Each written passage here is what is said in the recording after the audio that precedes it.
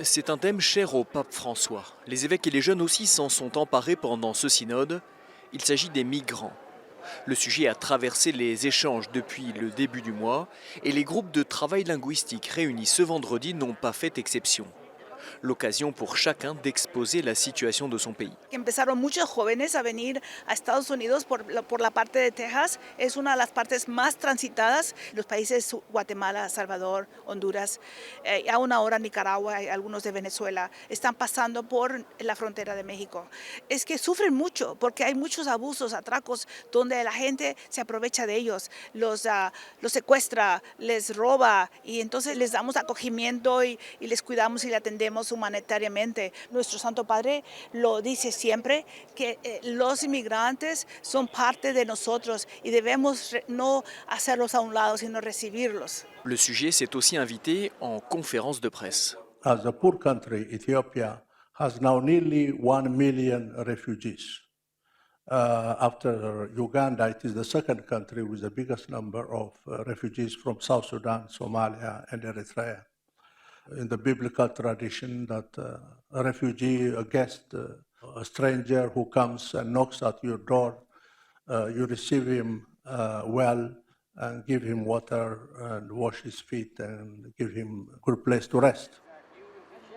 Ce qui se passe, c'est que parfois il est impossible de rester dans le pays lorsque les conditions ne s'y prêtent plus. On est obligé de partir. Exploitation of the petroleum industry has created massive corruption and poverty in Nigeria. Bad governance, irresponsible international organizations that are worsening the situation and making it difficult for Nigerian youth to survive in Nigeria. L'autre raison, c'est que les jeunes ne peuvent pas rester sur place si les dictatures sont soutenues, n'est-ce pas, par les multinationales, et derrière il y a les grandes puissances. Vous voyez ? Je regrette, mais c'est aussi la réalité. Les jeunes, pour pouvoir respirer, vont chercher de l'air pur ailleurs. And some of them have preferred to move away from Nigeria. And very often they die in the attempt. But they say it is better to die trying to live than just to wait for death to come. Mais l'approche peut être sensiblement différente selon les pays. Cet évêque haïtien, par exemple, en appelle à la responsabilité de chaque jeune à résister aux sirènes du départ. C'est plus qu'un devoir, ils sont obligés de rester parce que nous avons besoin d'eux. C'est la grande majorité de la population haïtienne est jeune. On pourrait même dire à 70%, 75%. En fait, tant de jeunes quittent le pays pour aller vers la République dominicaine, vers le Chili, vers les États-Unis et tant d'autres pays. Dès qu'ils trouvent une occasion pour quitter le pays, ils le font. Sans cette force, sans cette présence, on est inquiet, non seulement pour l'Église, mais pour la société. C'est pourquoi nous devons faire tout ce qui est dans notre possible pour aider ces jeunes à rester dans le pays et à créer des conditions aussi.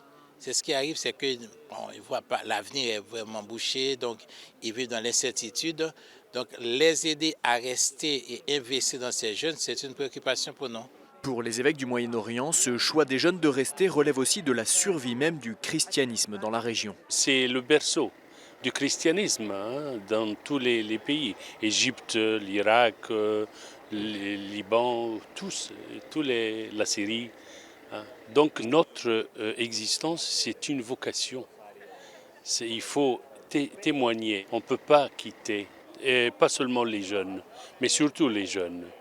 Mais je dis, les jeunes sont la vitalité de l'Église, donc j'espère bien que ça soit comme ça. Les groupes de travail se sont poursuivis toute la journée et demain matin, les pères synodaux écouteront les rapporteurs qui leur présenteront une synthèse de tous leurs échanges.